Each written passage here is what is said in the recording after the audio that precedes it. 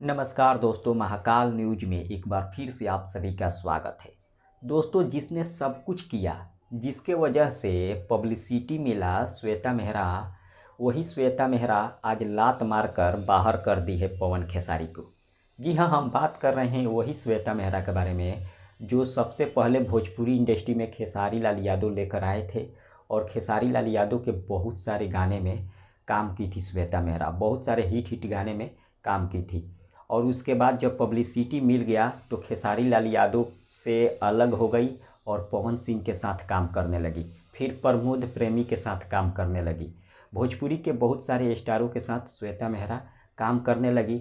लेकिन जब पब्लिसिटी मिल गया श्वेता मेहरा को, तो श्वेता मेहरा आखिर में वही की जो भोजपुरी की हर हीरोइनें करती है।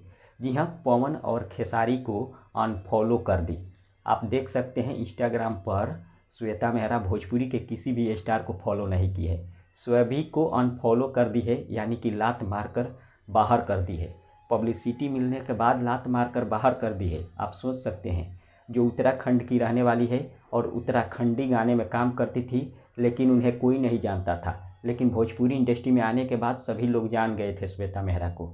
लेकिन वही श्वेता मेहरा अपना असली रंग दिखा दी और भोजपुरी के बड़े बड़े स्टारों को अनफॉलो करके लात मारकर बाहर के रास्ता दिखा दी। फिलहाल आपका क्या राय है, कमेंट करके ज़रूर बताइएगा। मिलते हैं अगले वीडियो में। धन्यवाद।